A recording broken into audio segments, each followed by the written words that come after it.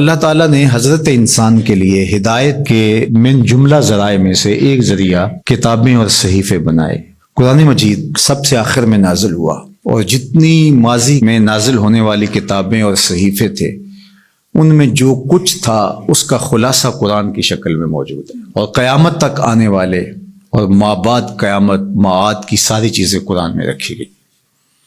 اور قرآن کے نازل ہوتے ہی باقی کتابیں منسوخ ہو گئی۔ کتابوں پر اعتقاد، یقین، ایمان ضروری ہے، لیکن عمل صرف قرآن پہ ہوگا۔ یتیمے کے نا کردہ قرآن درست، کتب خانائی چند ملت بشست۔ ابھی قرآن مکمل نہیں ہوا کہ پچھلی کتابیں منسوخ ہو گئی۔ قرآن کے پہلے حرف سے ہی پچھلی کتابیں منسوخ ہو گئی۔ تاروں سے کہو اب کوچ کریں، خورشید منور آتا ہے۔ تو ہمارا پچھلی کتابوں پر ایمان لانا ضروریات دین سے ہے، لیکن عمل قرآن پہ ہوگا۔ اس وقت دنیا کا کوئی بھی مذہب، کسی بھی مذہب کا ماننے والا، وہ اپنے مذہب کی کتاب کو ہاتھ میں پکڑ کے یہ نہیں کہہ سکتا کہ یہ وہی کتاب ہے جو نازل ہوئی۔ وہ بھی کہتے ہیں کہ جناب اس میں ضرور کمی بیشی ہے، کوئی تھوڑی مانتا ہے، کوئی زیادہ مانتا ہے، لیکن آنکھیں بند کر کے قرآن مجید کا نسخہ ہاتھ میں پکڑ کے حضور کا غلام کہہ سکتا ہے یہ وہی کتاب ہے، من و عن، حرف بحرف، بغیر کسی تغیر اور تبدل کے، جو میرے رسول کے سینے پہ نازل ہوئی ہے۔ تو یہ چیز کس قدر تیقن پیدا کرتی ہے، کس قدر یقین کی بجلیاں پیدا کر دیتی ہے سینے میں۔ پھر آنکھیں بند کر کے عمل کیوں نہیں کریں گے؟ کتاب پر ایمان لانے کا مطلب پوری کتاب پر ایمان لانا، اس کے تقاضوں پر ایمان لانا، اس کے احکام کو ماننا، اور اس کے نواہی سے اجتناب کرنا، یہ تقاضا ہے اس ایمان کا۔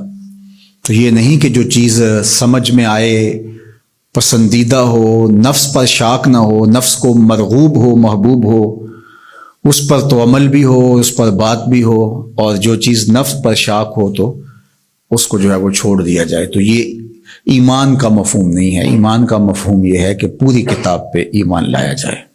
اور جبریل امین حضور کے قلب اطہر پر القاء کیا ہے قرآن کو، حضور کی زبان پہ نہیں اترا، حضور کے دل پہ اترا ہے۔ بلکہ جب حضور کے قلب اطہر پر قرآن اترتا تو آقا کریم جلدی جلدی اس کو زبان پہ لاتے، تو آواز آئی لا تحرک بہ لسانک لتعجل بہ۔ اللہ اکبر، محبوب جلدی نہ کیجئے، جس رب نے قلب میں اتارا ہے وہ زبان پر بھی لے آئے گا۔ تو وہ حرف و صوت سے مرکب نہیں تھا، وہ ایک کیا اس کے لیے لفظ کہیں، چونکہ یہاں لفظ بھی دم توڑتے ہیں، یہاں حرف بھی سوختہ پا ہیں، جہاں تخیل کا مرغ عقل بھی تھک کے گر جاتا ہے۔ وہ جانے اور وہ جانے کیسے دیا ملائے اعلیٰ میں۔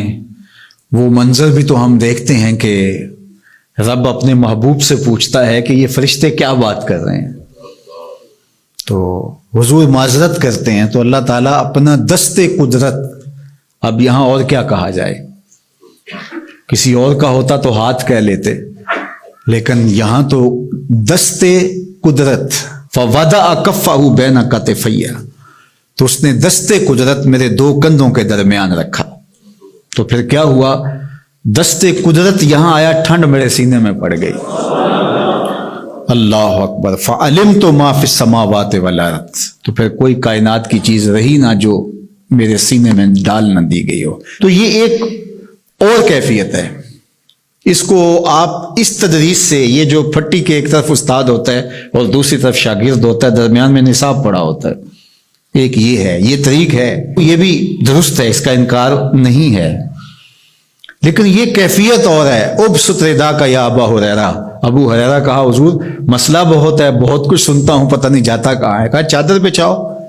اللہ اکبر، مسئلہ کیا ہے مجھے یاد نہیں رہتا، کہا چادر بچھا لو۔ ابو ہریرہ رضی اللہ تعالیٰ عنہ چادر بچھا لیتے، حضور ایسے کچھ بھرا اور ایسے ڈال دیا، کہا اس کو سمیٹ لے اور سینے سے جوڑ لے۔ حضرت ابو ہریرہ فرماتے ہیں اس کے بعد میں بھولا نہیں ہوں۔ تو وہ کیا ڈالا تھا جو ایسے ڈالا تھا؟ اللہ اکبر، تو یہ ساری چیزیں صوت و آہنگ سے جڑی نہیں ہوتی، کچھ چیزیں نظروں سے بھی پلائی جاتی ہیں، اور وہ صفحہ و کرتاس پہ نہیں لکھی جاتی، وہ لوہے دل پہ لکھی جاتی ہیں۔ اس لیے فرمایا کہ ہم نے آپ کے سینے پہ قرآن نازل کیا، اور اس کی وجہ بھی بیان کی، اس لیے کہ ہم آپ کے سینے کو قرار عطا کریں، تسکین ملے، قرار ملے، مضبوط کریں آپ کے سینے کو۔ اللہ اکبر۔ تو حق ہے اس کتاب کا ایمان، اور ایمان بھی مکمل کامل اور اکمل۔